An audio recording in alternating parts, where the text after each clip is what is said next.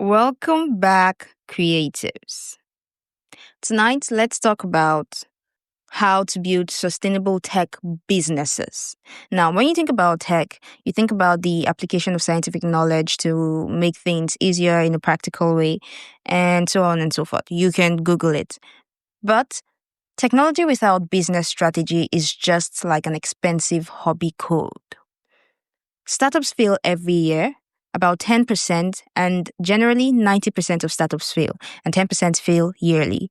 But this does not mean that startups do not have brilliant ideas. In fact, startups are littered with brilliant engineers who build incredible products that nobody wanted to pay for, or they couldn't figure out how to sell at scale.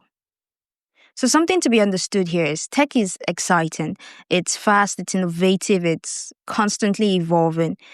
But there's a hard truth, and it's that innovation alone is not enough. Because every year, thousands of great ideas die quietly, not because they weren't good enough, but because they lacked a clear business foundation. So if you're a founder, a techpreneur, an investor, or just a curious tech nerd, you want to know the uncomfortable truth, which is your revolutionary AI tool, your groundbreaking blockchain solution, your game-changing mobile app, none of it matters if you can't answer three fundamental questions, which would be who will pay for this, how much will they pay for it, and how do you reach them profitably? So too many technologists fall into the build and they'll come trap.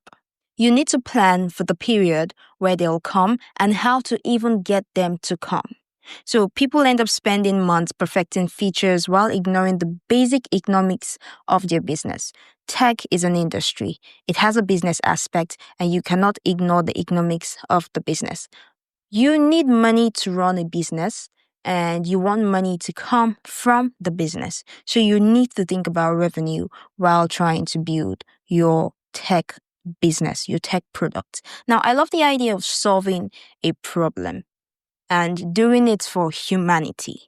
But if you want to sustain the product for humanity, you also need money to come in for proper sustainability, except you're willing to fund from your pocket. But in order to build a good business, a profitable business, it is one that funds itself. And this is why people would have great ideas and still fail, while their competitors with inferior technology but superior business models are capturing market share and raising funding rounds. So to be a successful tech venture, you need certain business foundation. And you want to do this in line with what you're trying to achieve at the end of the day, which means you want to do this in line with the solution you're trying to provide to the problems and your target audience. You need to tailor your business model to the kind of solution you provide. Not every business model works with the kind of solution you're trying to give out. So now, certain things you want to take into consideration while trying to build your business venture is first your product market fit. So this isn't just about building something people use. It's about something people are willing to pay for. So Netflix didn't win because they had the best streaming technology. They won because they understood that customers wanted convenience and selection more than they wanted their own physical media. They built a business model around that insight. So a good way to understand your product market fit is to first understand what your market needs, validate that there's a demand there, and ensure your solution fits those needs. Another thing you want to properly consider while building your business foundation is your revenue model clarity. You want to know how to get the money. So this is choosing your monetization strategy early and design your product around it. Don't get me wrong. Sometimes your product ideas come first. You're excited, we're solving a problem, we're doing this. But if you want to stay in the market, you need funds. So you need to understand how to get the money up. You need to get your money up.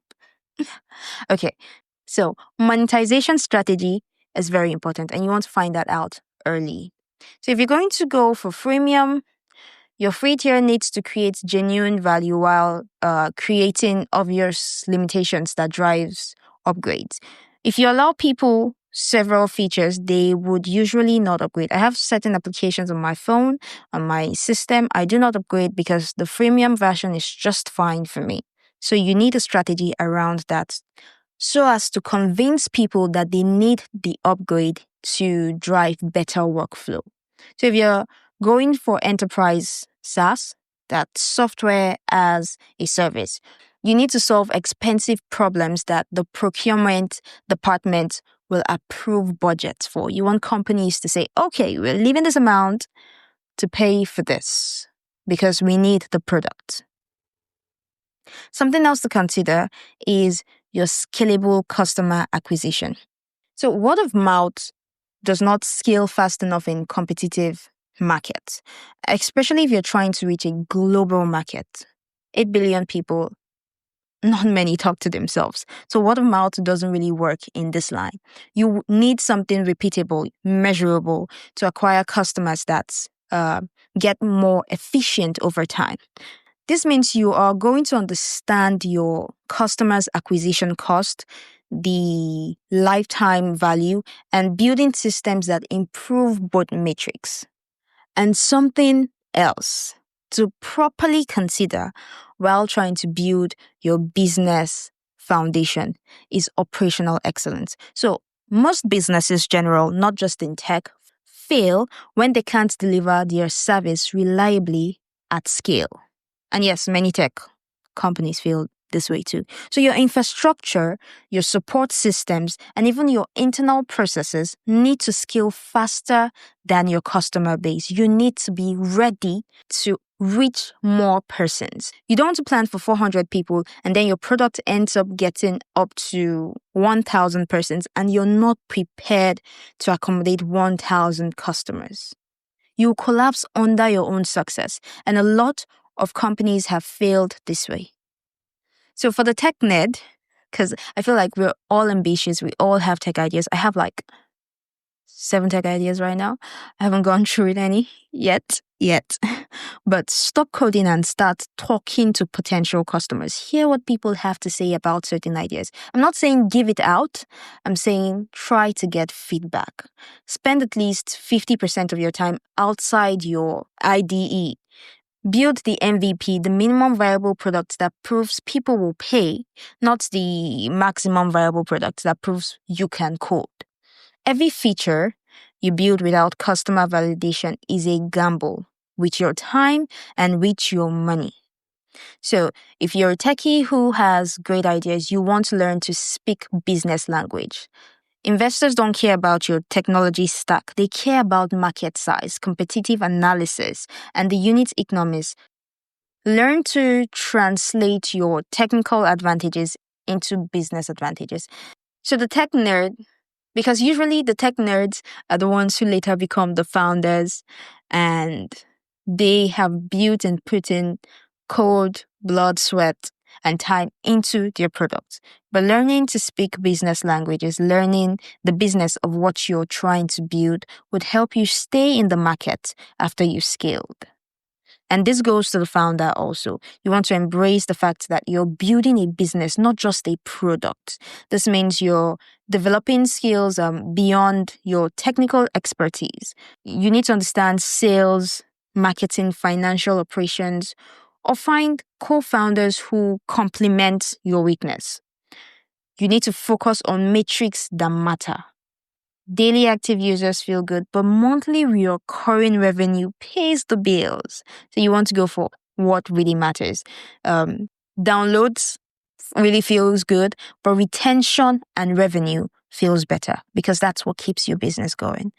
If you are a techie, an aspiring founder, whatever you are in the tech space, and you have a brilliant idea, and you're sure it's solving a problem because it has to solve a problem, you should be aiming to build what people would pay for, not what you think is a good idea.